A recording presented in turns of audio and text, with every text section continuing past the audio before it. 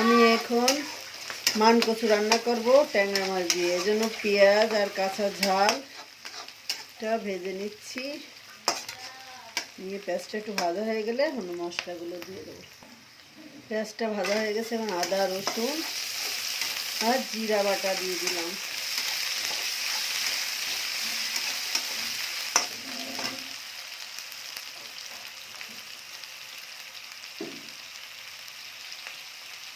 সামান্য একটু পানি দিয়ে মশলাটা কষাই নেব।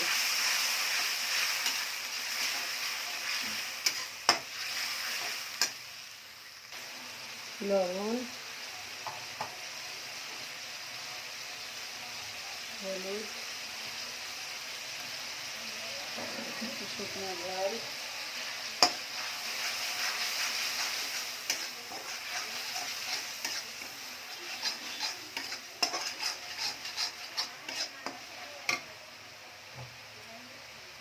ট্যাংরা মাছ দিয়ে রান্না করবো, এই জন্য মাছটা কষিয়ে নেব।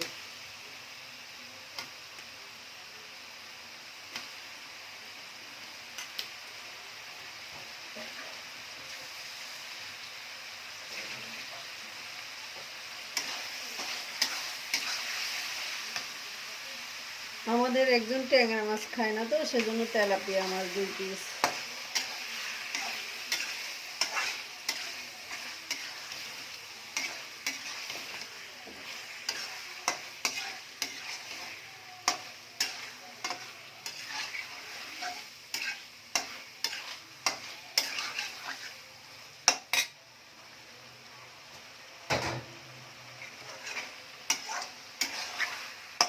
মাছটা ভালো করে কষিয়ে, মাছটা কষায় উঠিয়ে নিয়েছি। এই যে এখন হচ্ছে কচুটা দিয়ে দেবো।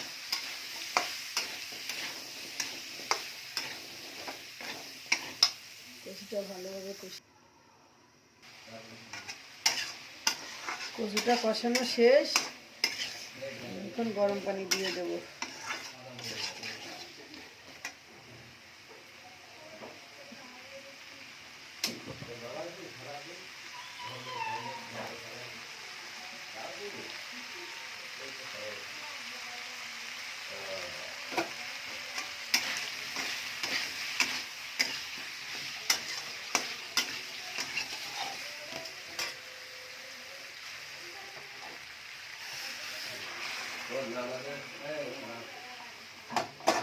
গরম পানিটা দিয়ে দিলাম।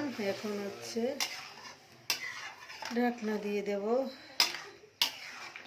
সিদ্ধ হওয়া পর্যন্ত।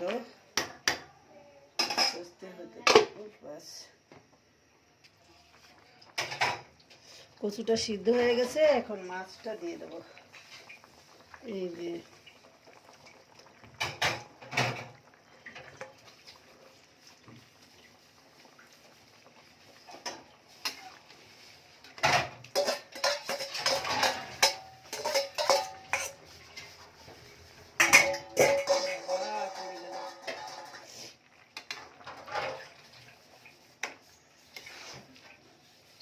কচুতে অনেক বরকত। কত 22 বছর আগে লাগাইছি, আর এখনো ডালপালা খাচ্ছি বাবা।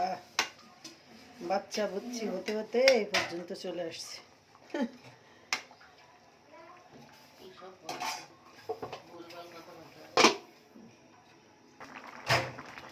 মাছের মধ্যে একটু জিরি মরিচের গুঁড়া দিয়ে নামিয়ে নেব। হয়ে গিয়েছে।